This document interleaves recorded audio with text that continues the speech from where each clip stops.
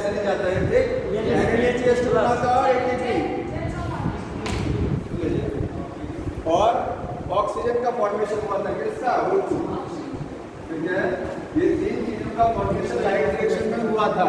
Oxygen कहाँ से release हुआ था, वाटर से, वाटर टूटा था। ये जो लाइट डायरेक्शन के लिए दो प्रोडक्ट यहाँ दिखाई दे रहे, दोनों प्रोडक्ट ये क्या होंगे, डार्क डायरेक्शन में यूज हो जाएगा, क्योंकि लाइट डायरेक्शन चलती है, उसके बाद क्या है, डार्क डायरेक्शन चलती है, तो लाइट डायरेक्शन के जो प्रोडक्ट होते हैं वही डार्क डायरेक्शन में यूज हो जाते हैं। क्यों यूज हो जाते हैं, क्या काम करेंगे, डार्क डायरेक्शन में क्या काम है इनका, कार्बन डाइऑक्साइड को रिड्यूस करेंगे ग्लूकोज में, कार्बन डाइऑक्साइड को ग्लूकोज में बदलेंगे। इस प्रोसेस को बोलते हैं रिडक्शन। क्या बोला जाता है, रिडक्शन, ठीक है। तो रिडक्शन के रिड्यूसिंग पावर है, क्या ये रिड्यूसिंग पावर, समझ में आ रहा है। तो लास्ट है देखिए कैल्विन साइकिल, डार्क डायरेक्शन मैंने बताया था, डार्क डायरेक्शन तीन तरीके से चल सकता है, तीन टाइप की डार्क डायरेक्शन होती है। एक को क्या बोलते हैं, कैल्विन साइकिल या C3 साइकिल, दूसरे को बोलते हैं C4 साइकिल और तीसरे को क्या बोलते हैं, मैन पाथवे, ठीक है। तीन तरीके का डार्क डायरेक्शन होता है। जो नॉर्मल प्लांट में डार्क डायरेक्शन चलती है उसका क्या नाम है, C3 साइकिल, जो जनरली नॉर्मल प्लांट्स में होती है, ठीक है। अब देखिए C3 साइकिल, इसका दूसरा नाम Calvin cycle, EGA cycle, biosynthetic phase. हालांकि बायोसिंथेटिक फेज तो डार्क डायरेक्शन का दूसरा नाम है। C4 साइकिल को भी बायोसिंथेटिक फेज बोलते हैं, बायोसिंथेटिक में तीनों आएगा, ठीक है। तो इसके ये सारे नाम हो गए। अब देखिए इसको C3 साइकिल क्यों बोलते हैं, क्योंकि जो पहला प्रोडक्ट बनेगा इस साइकिल में, जो पहला प्रोडक्ट बनेगा उसमें 3 कार्बन होंगे, कितने कार्बन होंगे, 3 कार्बन, और जो प्रोडक्ट बनेगा वो क्या बनेगा, एक ऑर्गेनिक एसिड बनेगा। एसिड समझते हैं जी सर, एक होता है इनऑर्गेनिक एसिड HCl H2SO4 जिसमें कार्बन और ऑर्गेनिक एसिड, और CH3COOH क्या है, ऑर्गेनिक एसिड जिसमें कार्बन हाइड्रोजन होता है, समझ में आया। Yes sir. यहाँ पर एक 3 कार्बन कंटेनिंग ऑर्गेनिक एसिड बनेगा जो सबसे पहला प्रोडक्ट बनेगा इस साइकिल में, इसीलिए उसका नाम क्या होता है, C3 साइकिल, क्योंकि इसमें 3 कार्बन है, ठीक है।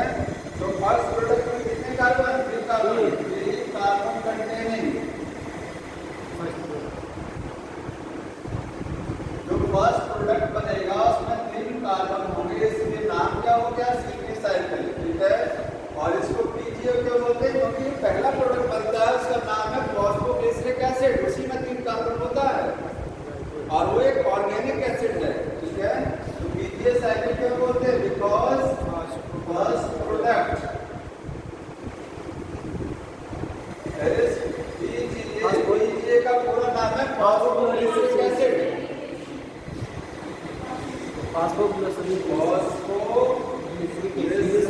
एसिड, ये एक ऑर्गेनिक एसिड है जिसमें 3 कार्बन है, ठीक है, 3 कार्बन कंटेनिंग एसिड है।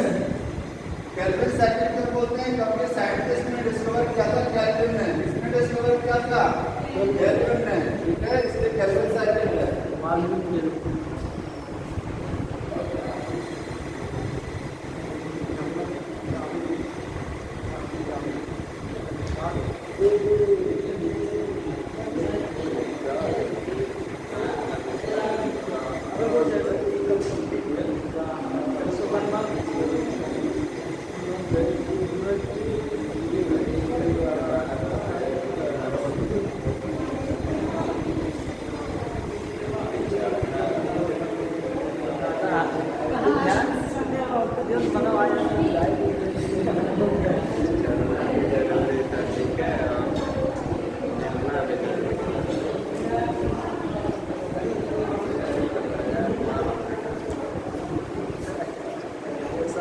कैल्विन साइकिल क्यों बोला जाता है, फर्स्ट क्योंकि साइकिल को डिस्कवर किसने किया था, कैल्विन साइंटिस्ट ने, ठीक है।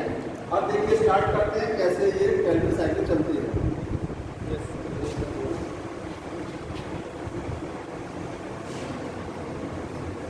एक कंपाउंड है ReBP, कार्बन डाइऑक्साइड रिड्यूस होगा, ठीक है।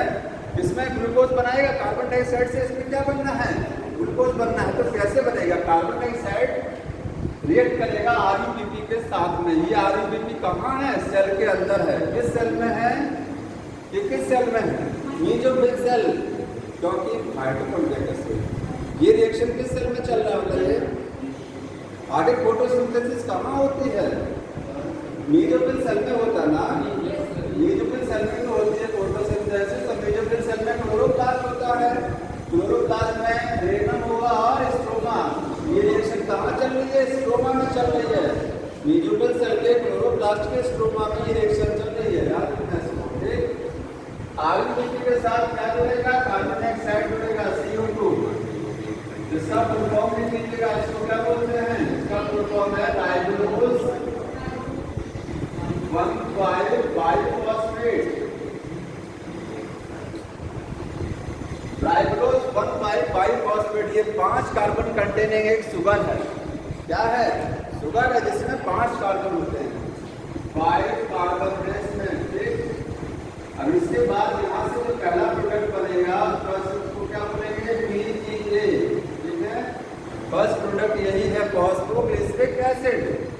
इसका नाम क्या है, लिखा दिया मैंने, फॉस्फोग्लिसरिक एसिड। इसमें कितने कार्बन होते हैं, 3 कार्बन है, ठीक है। क्योंकि देखिए यहाँ पर इसमें 3 कार्बन है, यहाँ से 1 कार्बन आ रहा है, यहाँ से 5 कार्बन आ रहे हैं, टोटल 6 कार्बन बन रहा है ना। 6 कार्बन, इसलिए इसका 2 मॉलिक्यूल बनेगा। कितना बनेगा, 2 मॉलिक्यूल बैलेंस करने के लिए, तो 2 मॉलिक्यूल, ठीक है। इसके बाद फॉस्फोग्लिसरिक एसिड से क्या बनता है, ट्राइओस फॉस्फेट। क्या बनेगा, ट्राइओस फॉस्फेट।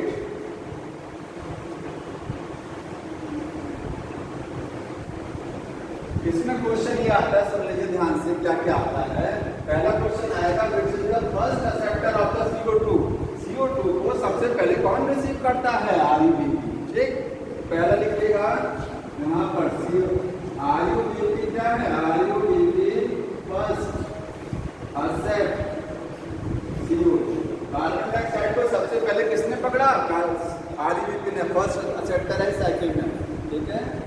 यहाँ पर एक एंजाइम यूज होता है, उस एंजाइम का नाम होता है रोबिस्को। क्या होता है, रोबिस्को, ये एंजाइम है, ठीक है, रोबिस्को। समझ में आ रहा है, इसका बहुत बड़ा नाम है, देखिए ये रोबिस्को कहीं लिखते रहे, क्या है, यहाँ लिख देना रोबिस्को। राइबोलोज 1,5-बाइफॉस्फेट। एक चीज मैंने बताया था, जब एंजाइम पढ़ा रहे थे तो मैंने बताया था एंजाइम को जो नाम रखा जाता है वो कभी कभी सबस्ट्रेट के नाम के बेसिस पर रखा जाता है। अगर कोई एंजाइम सेलुलोज को डाइजेस्ट करेगा तो एंजाइम का नाम होगा सेलुलेज, है ना। यहाँ सबस्ट्रेट क्या है, RUBP है ना, तो एंजाइम का नाम जो रखा जाएगा वो RUBP के साथ रखा जाएगा। देखिए राइबोलोज 1,5-बिस्फॉस्फेट, ये क्या हो गया, शुगर हो गया ना, ये शुगर है ना, ठीक है। अब आगे देखिए कार्बोक्सिलेज, कार्बोक्सिलेज, ऑक्सीजिनेज, ऑक्सीजिनेज। तो इस एंजाइम के बारे में थोड़ा सा समझ लीजिए पहले, नोट कर लेना। केल्विन साइकिल के जो मैं स्टेप बता रहा हूँ, इसके मेन 3 स्टेप होते हैं, 3 स्टेप हैं। पहला स्टेप है रिडक्शन। पहला स्टेप क्या होता है, रिडक्शन। दूसरा स्टेप है इसमें कार्बोक्सिलेशन, कार्बोक्सिलेशन फर्स्ट स्टेप। दूसरा है रिडक्शन और तीसरा स्टेप होता है रीजनरेशन। ये 3 स्टेप में ये साइकिल चलेगा, ठीक है। पहले क्या होगा, कार्बोक्सिलेशन होगा, फिर रिडक्शन होगा, फिर रीजनरेशन।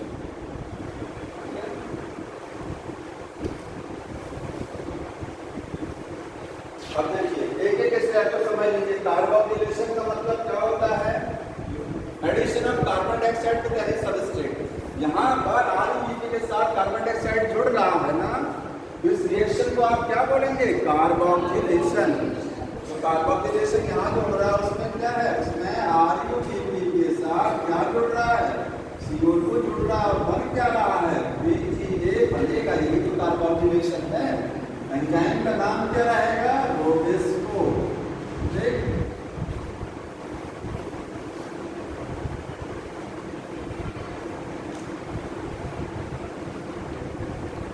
अब इस एंजाइम के बारे में थोड़ा सा क्वेश्चन अक्सर आता है रोबेस्को के बारे में। देखिए ये एंजाइम नाम से देखिए इसमें दो प्रॉपर्टी होती है, रोबेस्को में दो प्रॉपर्टी है। ये कार्बोक्सिलेशन भी करा सकता है और ऑक्सीजनेशन भी करा सकता है, मतलब ये कार्बन डाइऑक्साइड के साथ भी रिएक्शन कराएगा। ये एंजाइम किसी सबस्ट्रेट पर CO2 को भी जोड़ सकता है और इसी सबस्ट्रेट पर ये O2 को भी जोड़ सकता है। समझ में आया?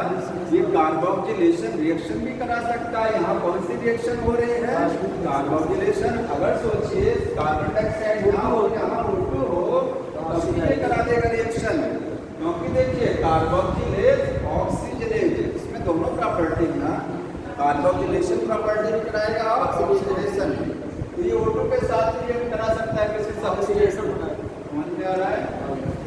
कार्बोक्सिलेशन यहाँ पर लिखिएगा रोबेस्को जो बताया, रोबेस्को इसलिए hide for CO2 and O2 both meaning such pair.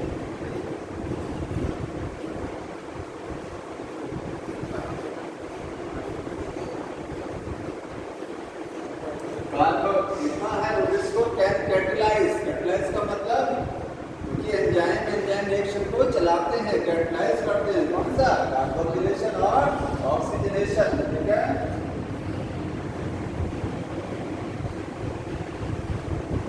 दोनों रिएक्शन को चला सकता है। मोस्ट अबंडेंट एंजाइम प्लांट में कौन सा होता है, यही है। क्वेश्चन आता है प्लांट में मिलने वाले सबसे ज्यादा एंजाइम कौन सा है, रोबेस्को एंजाइम। ठीक है, लिखिएगा मोस्ट अबंडेंट एंजाइम। पूरे वर्ल्ड में मिलने वाला, अर्थ पर मिलने वाला सबसे ज्यादा एंजाइम यही है। ठीक है, most abundant enzyme biosphere. Biosphere में मिलने वाला सबसे ज्यादा एंजाइम रोबेस्को है।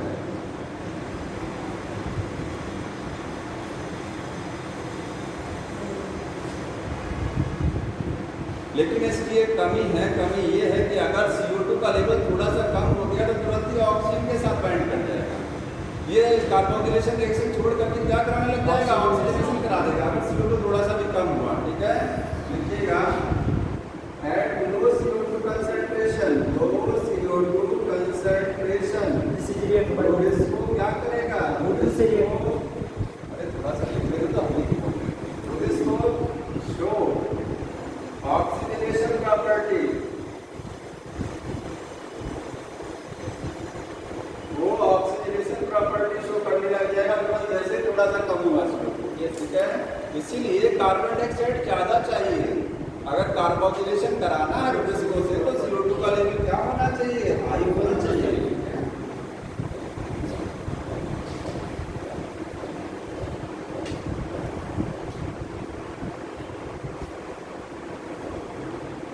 पहला स्टेप यहाँ पर ये हो गया, क्या हो गया, कार्बोक्सिलेशन हो गया ना, हो गया पहला स्टेप पूरा, क्या बन गया, VGA बन गया। और दूसरा स्टेप क्या है, रिडक्शन है। ठीक है, रिडक्शन है तो उसमें देखिए इसको डालें। Yes sir.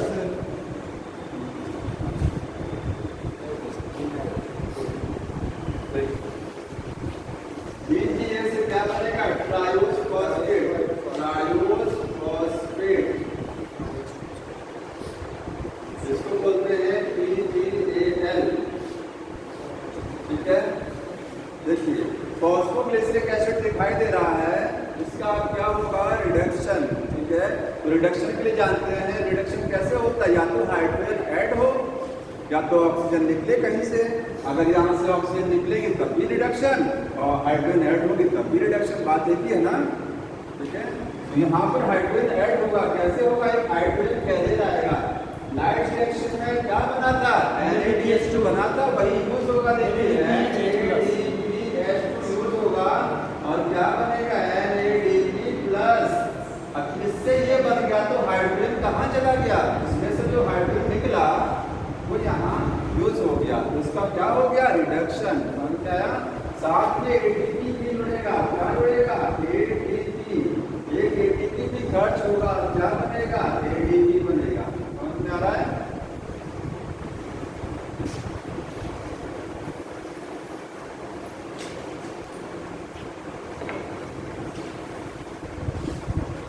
यहाँ इसके देखिए कितने NADH2 के कितने मॉलिक्यूल होंगे, कोई बता सकता है? कितने मॉलिक्यूल खर्च होंगे इस प्रोसेस में? एक पीजीए को कन्वर्ट करना है पीजीएल में, तो एक, क्योंकि दो मॉलिक्यूल है इसका नाम, कितना मॉलिक्यूल है? दो। क्योंकि एक NADH2 एक पीजीए को इसमें बदल देगा, क्योंकि दो पीजीए हैं तो दो NADH2 चाहिए। उसी तरीके से एटीपी कितना चाहिए? दो। तो इस पूरी रिएक्शन में आप दो लिखेंगे, 2 एटीपी और 2 NADH2। समझ में आया? क्योंकि दो मॉलिक्यूल चल रहे हैं यहाँ पर, पीजीएल में कितने मॉलिक्यूल बनेंगे? 2 मॉलिक्यूल। इसमें कितना कार्बन रहेगा? 3 कार्बन। देख रहे हैं, कार्बन 3 है। एक चीज जानते हैं, एसिड को जब रिड्यूस किया जाता है तो क्या बनता है? एसिड है, जैसे मान लीजिए COOH है, कोई एसिड केमिस्ट्री में पढ़ा होगा। एसिड को जब रिड्यूस करते हैं तो एल्डिहाइड बनता है कि नहीं बनता है? और एल्डिहाइड को ऑक्सीडाइज करते हैं तो क्या बनता है? एसिड। अभी देखिए CH जो है ना, एल्डिहाइड है ना ये, इसमें ऑक्सीजन जोड़ दीजिए तो क्या बन जाएगा? COOH बन जाएगा ना, ये एसिड है। तो एल्डिहाइड ऑक्सीडाइज होकर एसिड बनाता है। इसी का उल्टा कर दीजिए, ये एसिड है, रिड्यूस होकर क्या बनाएगा? एल्डिहाइड। ये एसिड था, ये एल्डिहाइड बना, रिडक्शन से क्या बना? एल्डिहाइड। और ये प्रोसेस जो है ये जब आप ग्लाइकोलाइसिस पढ़ाएं सब लोग ना, ग्लाइकोलाइसिस में एक रिएक्शन होती है, वहां पर पीजीए से क्या बनेगा? पीजीए बनता है। नहीं समझ में आता है? 229 पेज नंबर पर ग्लाइकोलाइसिस लिखी हुई है, उसमें एक रिएक्शन देखेंगे, PGAL से क्या बनता है? पीजीए बनेगा। ठीक है, तो वहां पर PGAL से पीजीए बनता था। ग्लाइकोलाइसिस में क्या होता है? PGAL से क्या बनता है? पीजीए। और भी रिएक्शन होता है, मैं एक रिएक्शन बता रहा हूँ, ये होगा। इसी को उल्टा कर दीजिए, पीजीए से क्या कर रहा है यहाँ पर? इसका उल्टा हो रहा है ना। यहाँ पर ग्लाइकोलाइसिस की रिएक्शन का जस्ट अपोजिट है। देखिए पीजीए से ये बन रहा है, जबकि उसमें क्या होता है? इससे ये बनता है। ये प्रोसेस ग्लाइकोलाइटिक रिवर्सल बोला जाता है। पूछते हैं कि केल्विन साइकिल में कौन सा स्टेप जो है ऐसा है जिसको ग्लाइकोलाइटिक रिवर्सल बोलते हैं? ग्लाइकोलाइसिस का रिवर्स है वो, यही वाला स्टेप है ग्लाइकोलाइटिक रिवर्सल। समझ में आ रहा है? तो इसको यहाँ लिख दीजिएगा, ये स्टेप क्या है? ये ग्लाइकोलाइटिक रिवर्सल है। समझ में आ रहा है? ये स्टेप ग्लाइकोलाइसिस में यहाँ पर ये बन रहा है, इससे ये, वहां पर इससे ये बनता, उल्टा होता है। तो रिडक्शन को ही दूसरा नाम याद रखिएगा, ग्लाइकोलाइटिक रिवर्सल। ग्लाइकोलाइटिक रिवर्सल क्या बनता है रिडक्शन में? पीजीए से क्या बनेगा? पीजीएल बनेगा। और क्या खर्च होगा वहां देख लीजिएगा, 2 NADH2 और 2 ATP खर्च होगा यहाँ पर।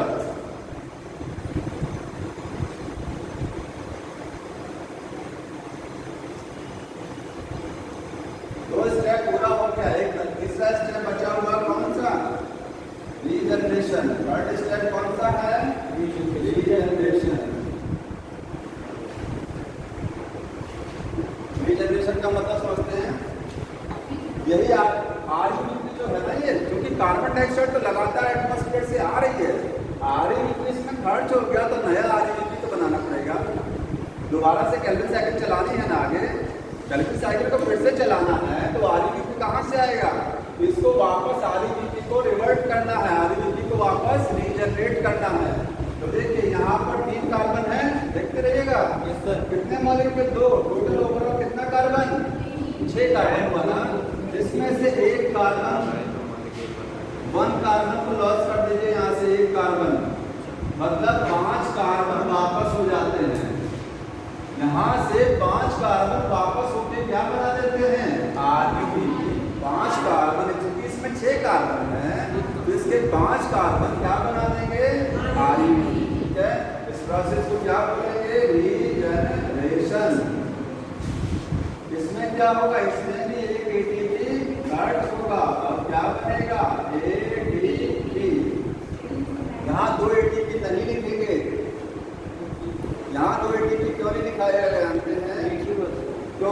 तो दो मॉलिक्यूल है, ठीक है, तो यहाँ तो एक ही मॉलिक्यूल बन रहा है ना, ये यहाँ तो एक ही बन रहा है, तो दो नहीं लिखा जाएगा।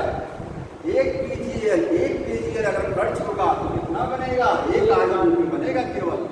इसमें 6 कार्बन यहाँ, इसमें से 5 कार्बन वापस चले जाएंगे, ठीक है, तो एक ही एटीपी यहाँ खर्च होगा, वहाँ दो होते हैं।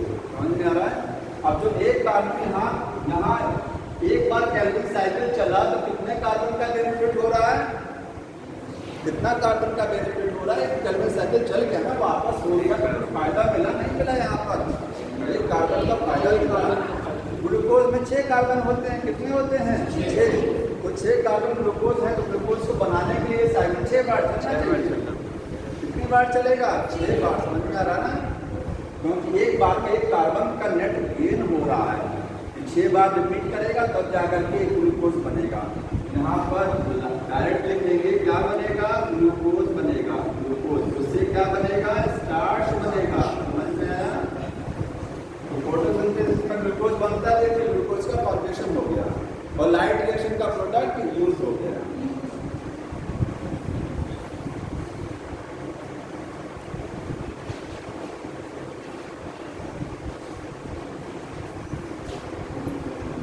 और क्वेश्चन देखिए, अब इसमें क्वेश्चन देखिए कौन कौन से हैं, ध्यान से लीजिए।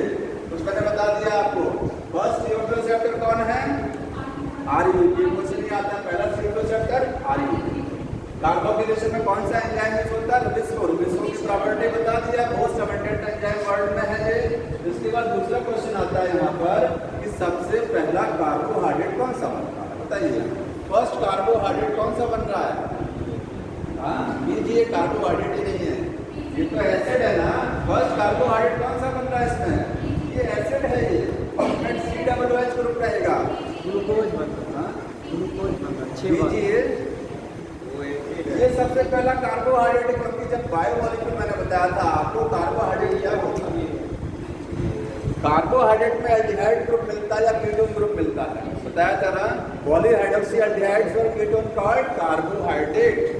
कार्बोहाइड्रेट में एल्डिहाइड ग्रुप होता है, कि पहला कार्बोहाइड्रेट है ये तो बाद वाला है ग्लूकोज, सबसे पहले तो यही बन रहा है ना, लिख लीजिएगा, first carbohydrate, first carbohydrate BGAL, फॉस्फोग्लिसरॉल्डिहाइड। समझ में आ रहा है? और कैल्विन साइकिल 6 बार रिपीट करेगा, तब जाके Calvin cycle repeat 6 times to form 1 glucose. एक ग्लूकोज को बनाने के लिए 6 बार रिपीट करेगा ये।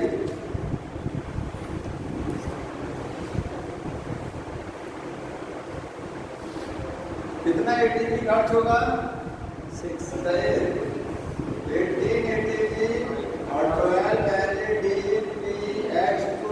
कंज्यूम। कितना कंज्यूम होगा, काउंट कर लीजिए। एक बार जब चलेगा तो एक ATP यहाँ 3 ATP एक साइकिल में यूज हो रहा है, 6 बार चलेगा तो 18, और एक कितना NADH खर्च होता है एक बार में, 2, 6 बार चलेगा तो 12 हो जाएगा। समझा? इस तरीके से सर आप RUP कैटलिस्ट का काम कर रहा है, RUP एंजाइम है, एंजाइम हर स्टेप पर, यहाँ पर भी एंजाइम है, यहाँ पर भी एंजाइम है, बिना एंजाइम के कोई रिएक्शन चलता ही नहीं है, लेकिन जो कि इंपॉर्टेंट एंजाइम है इसलिए इसको लिखा जाता है, सब जगह एंजाइम। ये हो गया कैल्विन साइकिल। तो वो सामने सामने कार्बन से मिल रहा है ना, हाँ, तो CO2 कार्बन डाइऑक्साइड वाला ही कार्बन ले रहे हैं। हाँ, जो कार्बन डाइऑक्साइड होती है CO2, वही कार्बन कहाँ जाता है, ग्लूकोज में जाता है, ठीक है। और ऑक्सीजन कहाँ से मिलती है, वाटर से। इतना देखिए ये बात, C4 साइकिल, C4 साइकिल, इसके कई नाम में ध्यान सुनिएगा। इसको बोलते हैं hatch-slag pathway, hatch-slag pathway.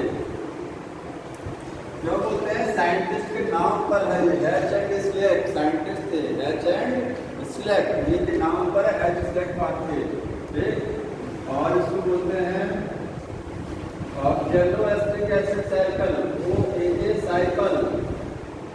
OA क्यों बोला जाता है, ऑक्जेलर पहला प्रोडक्ट ऑक्जेलो एसिटिक एसिड बनेगा।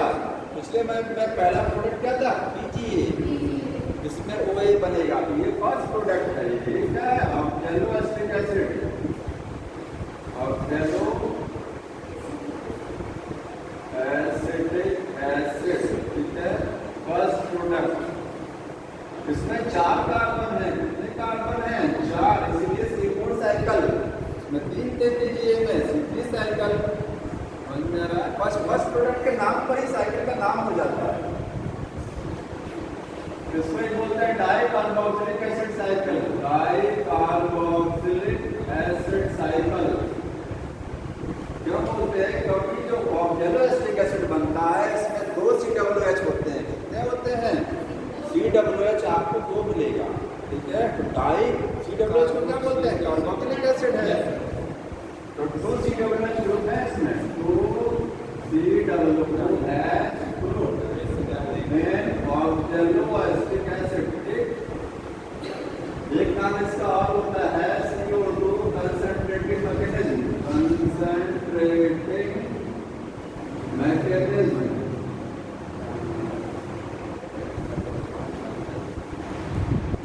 जो C4 प्लांट होते हैं, जानते हैं, C4 प्लांट की खासियत होती है कि कितना भी कम CO2 हो जाए वातावरण में, कितना भी कम CO2 हो जाए, ये कभी ऑक्सीजन के साथ रिएक्शन नहीं करेंगे। इसमें देखिए ReB की स्मेल होती है ना, उसके साथ जब CO2 जुड़ता है तो क्या बनाता है? PGA बनाता था उसमें ना। एंजाइम कौन सा था? रोबिस्को। तो रोबिस्को एंजाइम जो था उसकी प्रॉपर्टी थी कि वो अगर CO2 थोड़ा सा कम हो जा रहा तो तुरंत ऑक्सीजन के साथ रिएक्ट करा देता था। ReB को किसके साथ रिएक्ट करा देगा? ऑक्सीजन। फोटोसिंथेसिस को कम कर देता है, वो फोटोसिंथेसिस नहीं होगी, समझ में आ रहा है? लॉस हो जाएगा।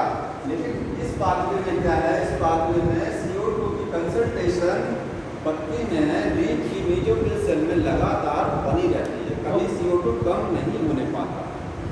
इसका लिखा है CO2 कंसंट्रेटिंग मैकेनिज्म। लीफ में CO2 कंसंट्रेट रहती है, CO2 ज़्यादा रहती है, समझ में आ रहा है? तो CO2 जब ज़्यादा रहेगा तो क्या होगा? देखिए CO2 जब ज़्यादा रहेगा ये ऑक्सीजन के साथ कभी बाइंड नहीं करेगा। क्या ReB ऑक्सीजन के साथ कभी बाइंड नहीं करेगा, नहीं बाइंड करेगा, समझ में आ रहा है? Yes sir.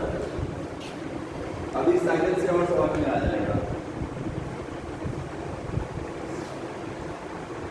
साइकिल को समझने के पहले इसमें कुछ चीज़ें और जानना जरूरी है। देख, ये साइकिल किस तरीके के पौधों में चलती है? ऐसे पौधों में चलती है जो थोड़ा सा हाई टेम्परेचर पर ग्रो करते हैं, या ऐसे जगह ग्रो करते हैं जहाँ पानी थोड़ा सा मिट्टी में क्या होता है? कम होता है, ठीक है। ट्रॉपिकल जो एरिया होता है, ट्रॉपिकल एरिया, वहाँ पर जो प्लांट ग्रो करते हैं उनमें ये साइकिल चलती है। हाँ, इसलिए डिजर्ट का अलग है। डिजर्ट प्लांट जो होते हैं उसमें तो कैम पाथ में चलता है, डिजर्ट से तो अलग केस हो गया। समझ में आया? लिखेगा C4 cycle operate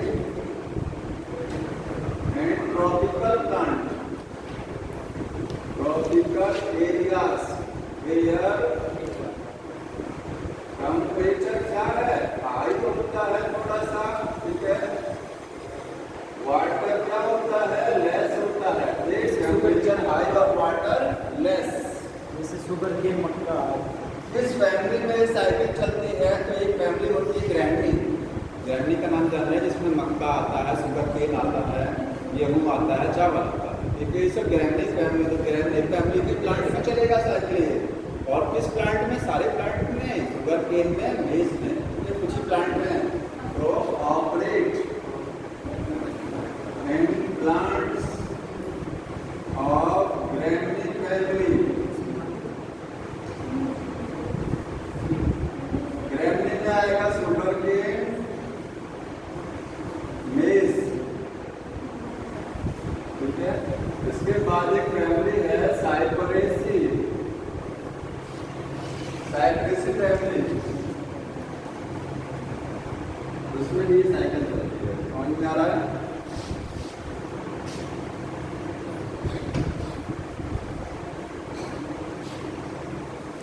C4 cycle थोड़ा सा पढ़े हैं ना? पढ़े हैं, सब पढ़े हैं।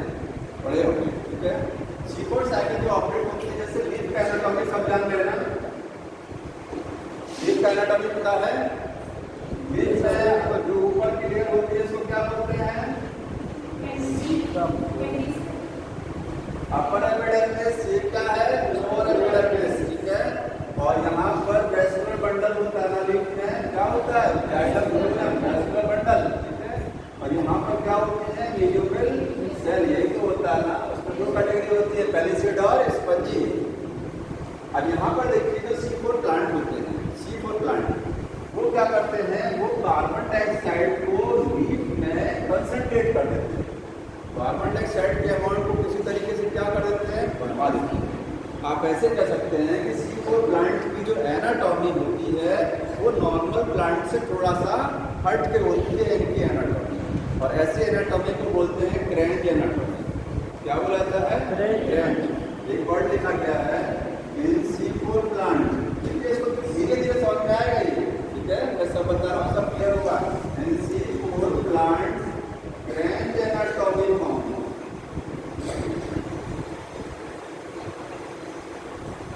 C4 प्लांट में लीफ में कौन सी एनाटॉमी होती है? क्रेंज। अब क्रेंज समझ लीजिए होता क्या है। यही एनाटॉमी की वजह से लीफ में CO2 ज्यादा होती है। तो क्रेंज एनाटॉमी में क्या होता है? ये आप यहाँ पर क्या होता है? जाइलम और फ्लोएम होता है ना। यहाँ पर क्या है? ये वैस्कुलर बंडल है, वैस्कुलर बंडल में जाइलम होगा और क्या होगा? फ्लोएम होगा। जो C4 प्लांट होते हैं उसमें CO2 जो बंडल सी, देखिए एक वैस्कुलर बंडल के चारों तरफ जो वैस्कुलर बंडल जिसको आप कहते हैं जाइलम और फ्लोएम के ग्रुप को क्या बोलते हैं? Vascular bundle. समझ में आ रहा ना? ये वैस्कुलर बंडल है, वैस्कुलर बंडल के चारों तरफ सेल्स की एक लेयर होती है, इसको बोलते हैं बंडल शीट लेयर। क्या बोलते हैं? Bundle sheet. मतलब वैस्कुलर बंडल को सराउंड करने वाली सेल्स की जो लेयर है उसका नाम क्या है? Bundle sheet layer. Bundle sheet layer, समझ में आया? ठीक। और इसके चारों तरफ, बंडल शीट के चारों तरफ जो मीडियोबिल सेल है वो पूरा एक रिंग में होती है। मीडियोबिल सेल्स किसकी फॉर्म में होती है? रिंग। देखिए, देख रहे हैं ना? Mesophyll cells surround the bundle sheet layer in the form of ring. कई रिंग्स, पूरा एकदम रिंग्स की फॉर्म में इसको क्या कर देती है? सराउंड कर देती है। क्रेंज एनाटॉमी का मतलब क्या है? क्रेंज का मतलब होता है रीथ। क्रेंज का मतलब क्या होता है? रीथ। और रीथ का मतलब होता है घेरा। क्या होता है? Rings.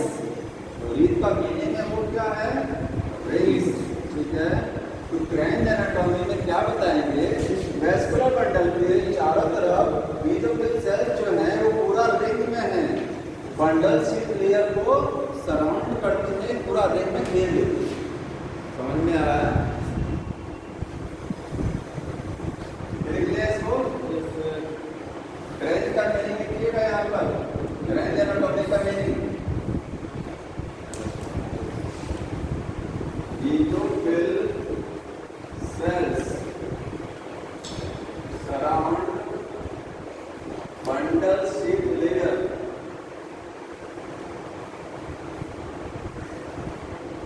in the form of several rings। ये जो बंडल शीट की लेयर दिखाई दे रही है, इस लेयर को मीडियोबिल सेल्स क्या करती हैं? एक रिंग की फॉर्म में इसको सराउंड कर लेती हैं, ठीक है। और दूसरी खासियत क्या होती है? जो बंडल शीट सेल्स होती हैं, bundle sheet cells have, are लिखिएगा, are compactly arranged। Bundle sheet कैसी होती है? बंडल शीट जो सेल्स है यहाँ पर वो टाइटली अरेंज है और थिक वॉल्ड है।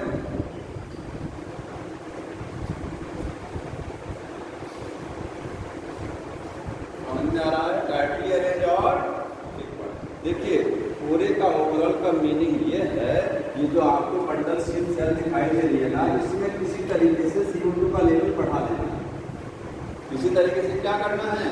कार्बन डाइऑक्साइड का लेवल बढ़ाना है। CO2 को कंसंट्रेट कर देना है कहाँ? बंडल शीट सेल्स में। अगर CO2 कंसंट्रेट नहीं होगी तो C4 साइकिल नहीं चलेगा। समझ में आ रहा है? उसके लिए सारा सिस्टम यूज हो रहा है कि जो है बंडल शीट की जो सेल है वो क्या है? टाइटली पैक है, कॉम्पैक्टली अरेंज है, थिक वॉल्ड है। क्योंकि एक बार अगर यहाँ से कार्बन डाइऑक्साइड स्टोमेटा से आती है ना, कहाँ से आती है CO2? स्टोमेटा से आएगा, कहाँ जाएगा? मीजोफिल में जाएगा, और मीजोफिल से होता हुआ कहाँ जाएगा? बंडल शीट में। तो बंडल शीट से वापस CO2 ना हो जाए, जो carbon dioxide bundle sheet sales में पहुंच चुकी है, ये कार्बन डाइऑक्साइड वापस मीजोफिल सेल में ना चली जाए, लीक ना हो जाए CO2, इसको रोकने का काम क्या करता है? क्रायोजेनिक। इसीलिए जो बंडल शीट की सेल्स है ये क्या है? एकदम टाइटली पैक है। देख रहे हैं, बंडल शीट की सेल्स में कोई स्पेस नहीं है, एकदम टाइटली पैक है, थिक वॉल्ड है। कार्बन डाइऑक्साइड एंटर कर गया तो बाहर नहीं निकलना चाहिए वो। जबकि मीजोफिल सेल जानते हैं, मीजोफिल सेल के बीच में जगह होती है। एनाटॉमी पढ़ा है ना, लीफ का एनाटॉमी पढ़ा है, जो मीजोफिल सेल होती है उनके बीच में स्पेस होता है ना।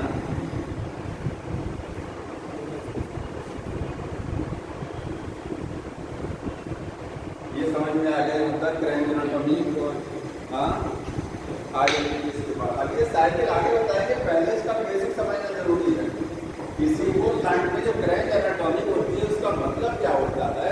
क्रांच एनाटॉमी का मीनिंग है तो लीफ में वेस्कुलर बंडल लगा हुआ है, उसके चारों तरफ एक बंडल शीट की लेयर होती है, उसको घेरने वाली कई मीजोफिल सेल्स की लेयर होती है। ये है क्रांच एनाटॉमी। ठीक, अब देखिए 2 types of chloroplast.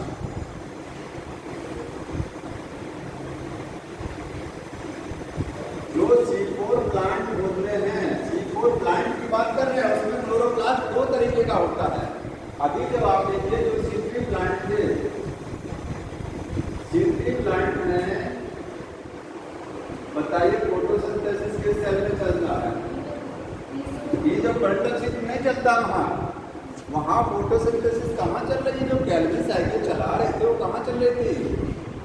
Mesophyll cell में चल रहा था। समझ में आया? बंडल शीट बनेगा तो बंडल शीट में क्लोरोप्लास्ट होता ही नहीं है, बंडल शीट में क्लोरोप्लास्ट है ही नहीं है। तो सारा कैल्विन साइकिल कहाँ चल रहा था? मीजोफिल सेल में, एक ही सेल में चल रहा था। समझ में आया? यहाँ पर जो C4 प्लांट होते हैं इसमें 2 सेल में क्लोरोप्लास्ट आपको मिलेगा।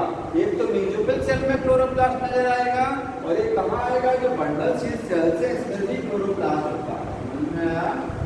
इसमें भी क्लोरोप्लास्ट है। तो C4 प्लांट में 2 जगह क्लोरोप्लास्ट है, मीजोफिल सेल और बंडल शीट। समझ में आया? लेकिन क्लोरोप्लास्ट में अंतर होगा, क्लोरोप्लास्ट में डिफरेंस है। समझ में आ रहा है? तो 2 तरीके के क्लोरोप्लास्ट है C4 में। देखिएगा बंडल शीट में कैसा होता है? बंडल शीट, बंडल शीट में जो क्लोरोप्लास्ट है कैसा होता है? देखिएगा यहाँ पर लार्ज क्लोरोप्लास्ट, समझ रहे हैं ना? क्लोरोप्लास्ट समझ रहे हैं ना? जैसे लीफ हो गया, लीफ में क्या है? क्लोरोप्लास्ट है ना। ठीक है, क्लोरोप्लास्ट में क्या होता है? ग्रेनम होता है और स्ट्रोमा है और ये लैमेलिया वगैरह होता है। तो बंडल शीट की जो सेल्स है, जैसे मैं अगर यहाँ एक बंडल शीट का सेल निकाल के दिखाऊं, ये बंडल शीट की सेल हो गई। इसमें जो क्लोरोप्लास्ट होंगे, क्लोरोप्लास्ट कैसे होंगे? बड़े बड़े होंगे, साइज में बड़े होते हैं, संख्या में कम।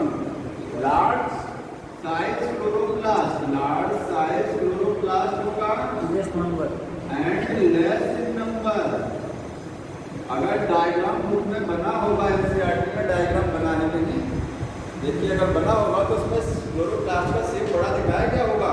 इसमें जो आप क्लोरोप्लास्ट दिखाएंगे तो कैसे दिखाएंगे? बड़े साइज के क्लोरोप्लास्ट होंगे इसमें। समझ में आ रहा है? डायग्राम डायग्राम दिया हुआ है, देखो क्लोरोप्लास्ट का C4 लाइन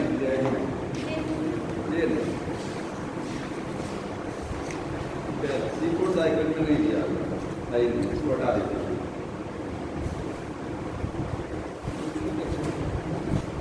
क्लोरोप्लास्ट कैसे होंगे? Large size. इसको ध्यान से समझ लीजिए क्योंकि ये बेसिक इसके बाद C4 साइकिल है। क्लोरोप्लास्ट 2 तरीके का है। आपको बंडल शीट में भी क्लोरोप्लास्ट नजर आएगा। क्लोरोप्लास्ट का साइज क्या होगा? बड़ा साइज होगा, संख्या में क्या होगा? कम। और देखिए आगे लिखेंगे ए ग्रेनल क्लोरोप्लास्ट, ए ग्रेनल क्लोरोप्लास्ट।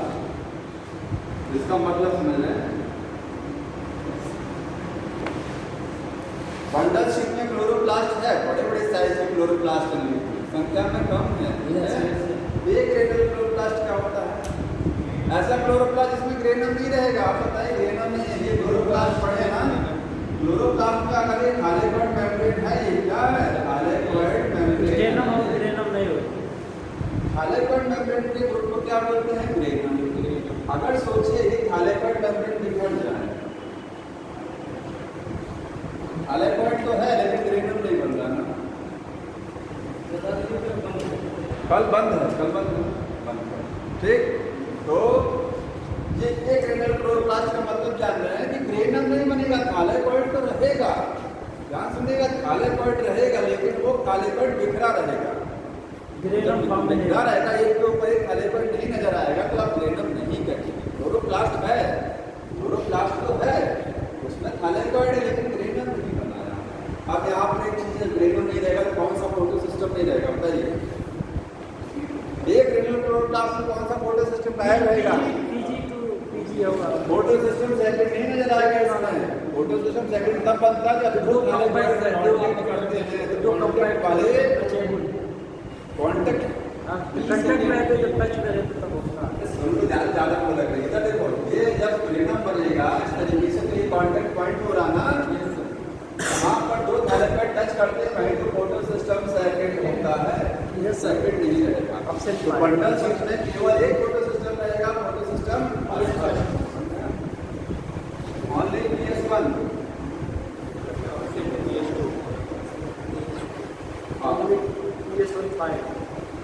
PS2 नहीं रहेगा, याद रखिएगा। PS1 नहीं है तो क्या चीज नहीं होगा? वाटर नहीं टूटेगा इसमें। बंडल शीट में जो लाइट, देखिए लाइट रिफ्लेक्शन दोनों जगह चलेगा। लाइट रिफ्लेक्शन यहाँ पर भी चलेगा, लाइट रिफ्लेक्शन यहाँ। इसमें फोटोलिसिस ऑफ वाटर नहीं होगा। बंडल शीट में क्योंकि फोटो सिस्टम सेकंड नहीं है, पानी नहीं टूटेगा क्योंकि वाटर वहीं टूटता है जहाँ फोटो सिस्टम सेकंड। समझ में आ रहा है? उसी के पास टूटता है।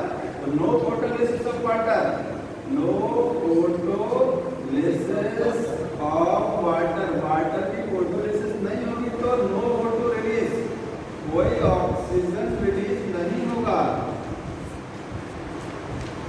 ऑक्सीजन रिलीज नहीं, वाटर में टूटेगा। और इसी का उल्टा देखिए, जो मीजोफिल का क्लोरोप्लास्ट है, जो मीजोफिल सेल बाहर की साइड में है उसमें भी तो क्लोरोप्लास्ट है। उसका क्लोरोप्लास्ट कैसा होता है? मीजोफिल सेल कैसा क्लोरोप्लास्ट होगा? छोटा छोटा साइज का, ठीक है। स्मॉल क्लोरोप्लास्ट, स्मॉल क्लोरोप्लास्ट होगा नंबर पे एंड मोर इन नंबर। जाहिर सी बात है, जो चीज छोटी होती है वो संख्या में क्या होगा? ज्यादा होगा। तो इस सेल में क्लोरोप्लास्ट छोटे और ज्यादा संख्या में ग्रेनम रहेगा, ग्रेनल क्लोरोप्लास्ट होगा। क्लोरोप्लास्ट कैसा होगा? ग्रेनम वाला रहेगा। जब ग्रेनम रहेगा तो दोनों photo system PS2 and PS1 both are fine और H2 ब्रेक करेगा। इसमें फोटोलिसिस ऑफ वाटर होगा, इसमें ऑक्सीजन निकलेगा। यहाँ पर मीजोफिल सेल में ऑक्सीजन निकलती है। समझ में आया?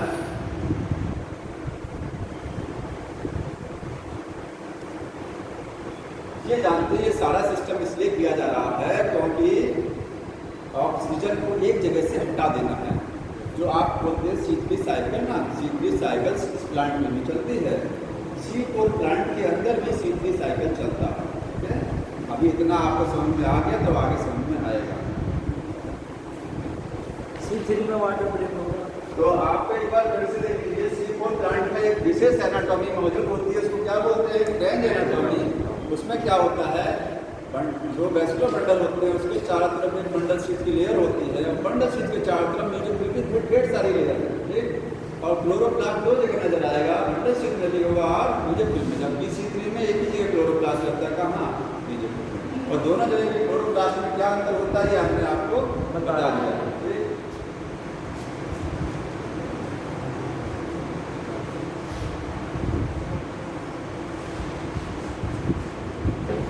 अब C4 साइकिल कैसे स्टार्ट होता है? देखिए C4 साइकिल में देखते रहिएगा, यहाँ पर कार्बन डाइऑक्साइड आने ही क्योंकि फोटोसिंथेसिस कराना है ना, CO2 होगा। ये कार्बन डाइऑक्साइड के साथ क्या होगा? यहाँ पर ReB नहीं जुड़ेगा, इसमें RUP नहीं होता, फॉस्फोइनॉल पायरुवेट। फर्स्ट एक्सेप्टर क्या होगा? PEP, जिसका पूरा नाम लिखिएगा फॉस्फोइनॉल पायरुवेट, इनॉल पायरुवेट। समझ में आ रहा है? Phosphoenol pyruvate PEP1। यहाँ पर C4 साइकिल में जो पहला कार्बन डाइऑक्साइड एक्सेप्टर होता है वो PEP होता है। कितने कार्बन है इसमें? 3 कार्बन। ठीक है, इसमें कितना कार्बन? 1। दोनों जुड़ेगा, बनेगा ऑक्टेनो एसिटिक एसिड। इसमें कितना कार्बन होगा? 4 कार्बन। समझ में आ रहा है? Yes sir. अब इसको ऐसे देखेंगे, देखिए बुक में जो आपका डायग्राम बनाया गया है वो इस तरीके से है कि ये साइकिल 2 तरीके की सेल में चलती है, जबकि मीडियम पे तो एक ही सेल में चलता था ना। कौन सी सेल? सीधी साइकिल केवल और केवल मीडियम चलते हैं। ये 2 तरीके की सेल में ऑपरेट होगा। कुछ हिस्सा कहाँ चलेगा? मीडियम सेल में। कुछ कहाँ चलेगा? मंडल सेल में। तो बुक में जो बनाया गया है ऊपर वाले सेल को क्या लिखा गया है? अरे देखिए डायग्राम में बस ये आपको बाहर कौन सा सेल होता है? मीडियम की बाहर होती है ना, मंडल सेल उसके अंदर है ना। बाहर कौन से है? Medium cell. पहले सेल बाहर से बनाएंगे तो मीडियम सेल हो गया, मीडियम। और ये क्या हो गया? मंडल सेल। यहाँ पर वो रिएक्शन हो रही है, कार्बन डाइऑक्साइड आया, उसके साथ क्या था? PEP था, और क्या कर गया? ऑक्टेनो एसिटिक एसिड। 4 कार्बन है, एंजाइम होगा पैरकेस, PEP कार्बोक्सिलेज, पैरकेस। इसका पूरा नाम होता है PEP कार्बोक्सिलेज। समझ में आया? ये ऑक्सीजन, इसमें ऑक्सीडेशन प्रॉपर्टी नहीं है। रुबिस्को में दोनों प्रॉपर्टी था, वो कार्बन डाइऑक्साइड को भी अटैच करा सकता है, ऑक्सीजन को भी अटैच करा सकता था। ये केवल CO2 अटैच कराएगा, क्योंकि इसकी खासियत ये है कि CO2 कितना भी कम हो, कितना भी कम CO2 हो उसको भी पकड़ लेगा।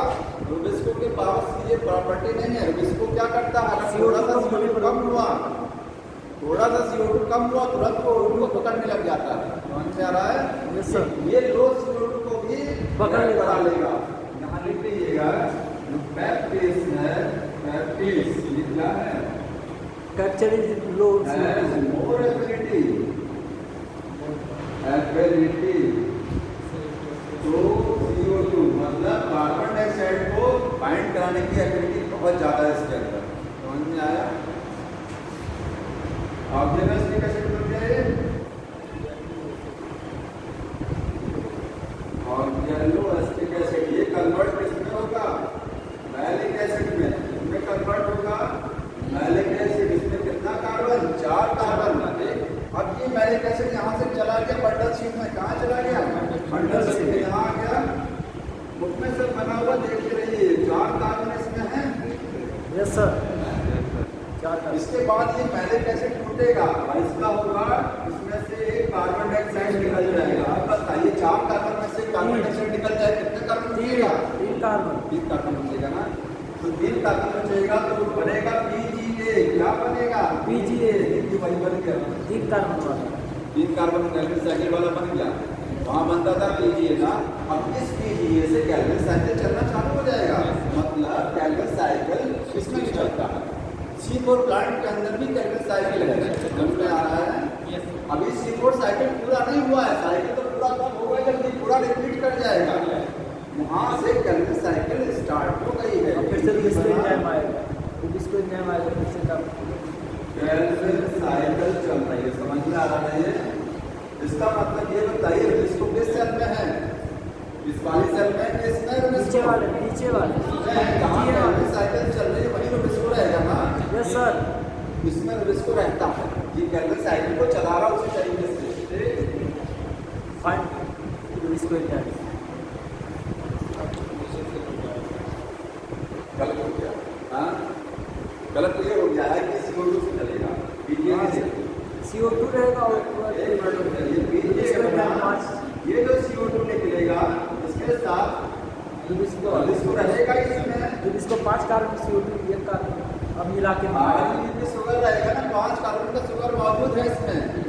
5 कार्बन वाला शुगर है। कार्बन डाइऑक्साइड मिल गया इसको कार्बन डाइऑक्साइड मिल गया, RBP को पकड़ लिया और अब चला देगा ये कैल्विन साइकिल। बन गया है ये।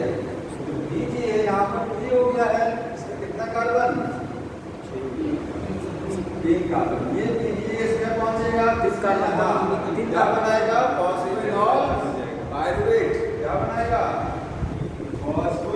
बाइलेट PEG बनाएगा। समझ में आ रहा है कितना कार्बन रहेगा इसके अंदर? 3 कार्बन PEG वापस से रीजनरेशन क्या भाई बनाएंगे तो क्या नहीं? Yes sir. ये C4 साइकिल अब जाके पूरा हुआ है। ठीक, तो C4 प्लांट में दो ये C4 साइकिल जब चलती है तो वहाँ कैल्विन साइकिल C3 भी पाया जाता है। याद रखना कैल्विन साइकिल का चलता है। C3 भी वहाँ बीच में पाया जाता है। समझ में आ रहा है? Yes sir. अब एक चीज और देखिए,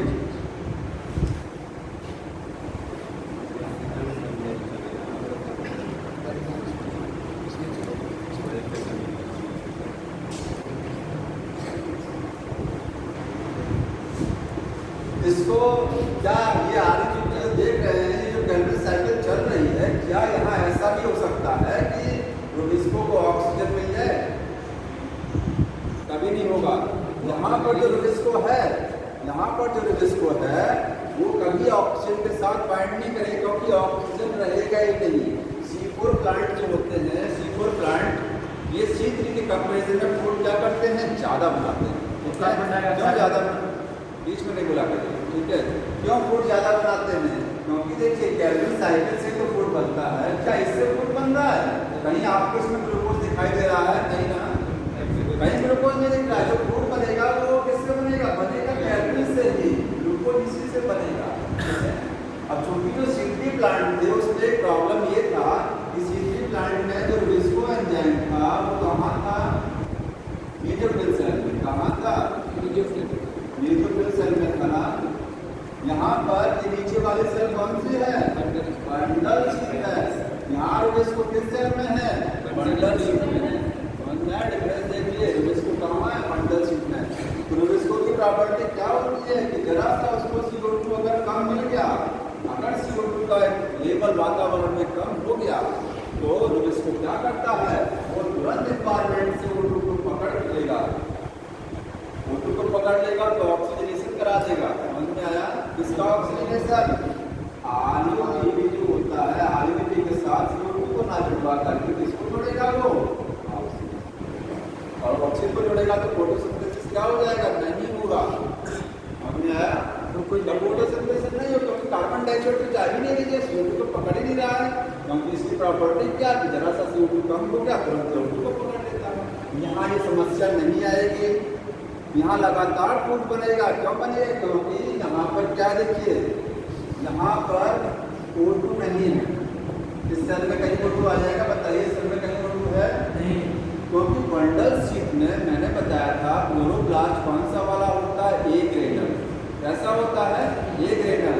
A ग्रेनल है तो ग्रेनल नहीं है, इसका मतलब फोटोसिस्टम सेकेंड नहीं होगा। इसमें फोटोसिस्टम सेकेंड नहीं होगा तो क्वार्टर नहीं टूटेगा। क्वार्टर नहीं टूटेगा तो ऑक्सीजन नहीं निकलेगा। ऑक्सीजन नहीं निकलेगा तो RUBP की कोई समस्या ही नहीं होगी। RUBP को ऑक्सीजन कहाँ से मिलेगी जब ऑक्सीजन यहाँ कहीं निकल ही नहीं रही है? समझ में आया? बाहर से ऑक्सीजन आ नहीं रही है क्योंकि बंडल शीट की प्रॉपर्टी मैंने बताया था। बंडल शीट से सिद्धि थिक वॉल्ड होती है।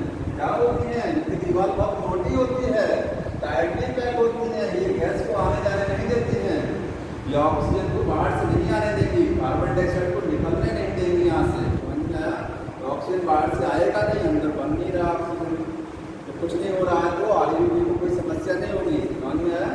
इसको लगा, इसको CO2 यहाँ से मिल रहा है, यहाँ से लगातार CO2 इसको क्या होगा? मिलता रहेगा और यहाँ कैल्विन साइकिल लगातार चलती रहेगी। यही एस्पेक्ट है। इसलिए यहाँ पर दो तरीके का क्लोरोप्लास्ट बताया था। अगली बार इसको एक बार फिर से रिवाइज करवा देंगे, ठीक है? पढ़ के आइएगा और C4 को एक बार रिवाइज करवा देंगे। शाम 5 बजे समझ में आ रहा है? पढ़े रहेंगे थोड़ा सा और क्लियर कर समझ में आपको आ जाएगा। अगली बार कैंप पाथवे पढ़ के आइएगा, फैक्टर अफेक्टिंग फोटोसिंथेसिस। ये 2 टॉपिक और बचे हुए हैं इस चैप्टर में, बड़े टॉपिक।